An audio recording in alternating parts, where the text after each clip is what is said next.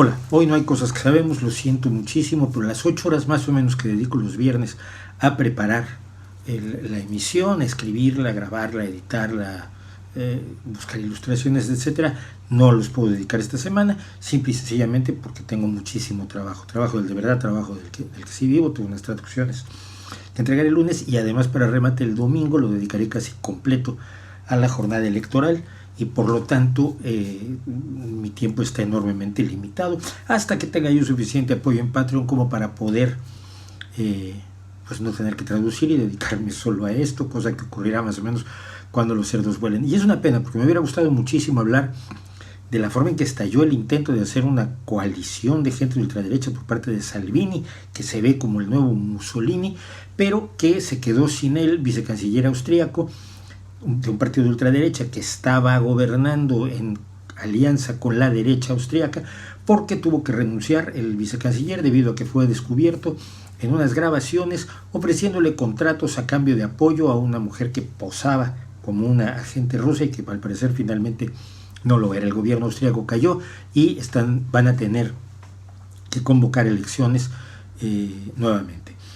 También, hablando del tema, la ultraderecha perdió en Holanda en las elecciones europeas que se llevaron a cabo el jueves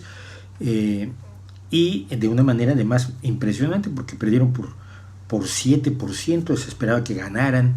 y solo tuvieron el 11%, mientras que los socialdemócratas, esos socialdemócratas que muchos quieren dar por muertos todo el tiempo y que quieren cancelarlos y que siempre se las arreglan para regresar, en Holanda obtuvieron el 18%, ganando las elecciones europeas. Por supuesto, las elecciones europeas ya se llevaron a cabo en Inglaterra, en el Reino Unido, pero no se va a saber el resultado sino hasta el domingo en la noche, porque así lo disponen las leyes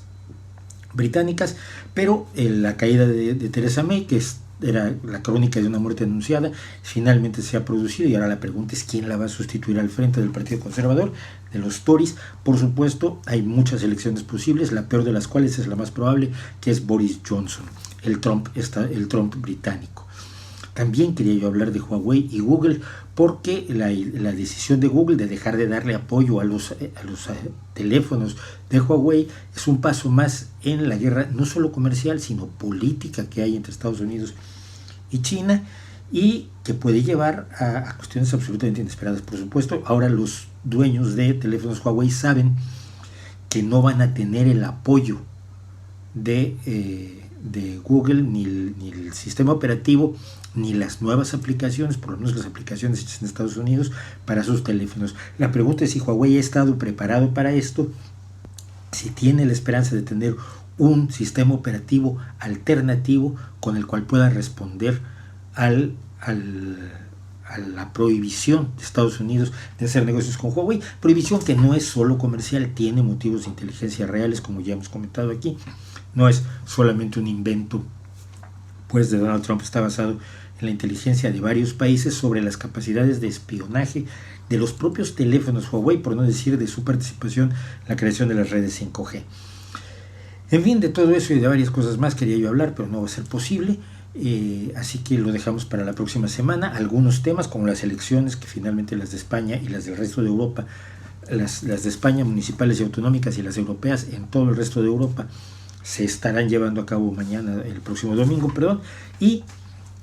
habrá mucho de qué hablar al respecto, habrá mucho de qué hablar sobre el sucesor de Theresa May, habrá mucho de qué hablar sobre los avances o no de la ultraderecha, habrá mucho de qué hablar también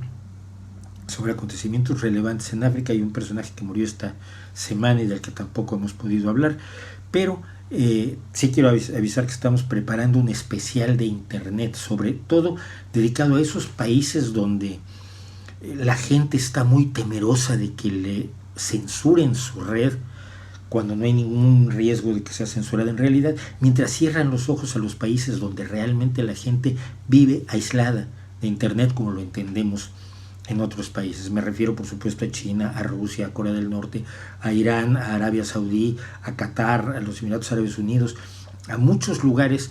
donde el gobierno tiene el control sobre las telecomunicaciones e impide el flujo libre de información en la red, que si es bien es cierto que hay que defenderla en Europa y en Estados Unidos y en todo el mundo, no vale la pena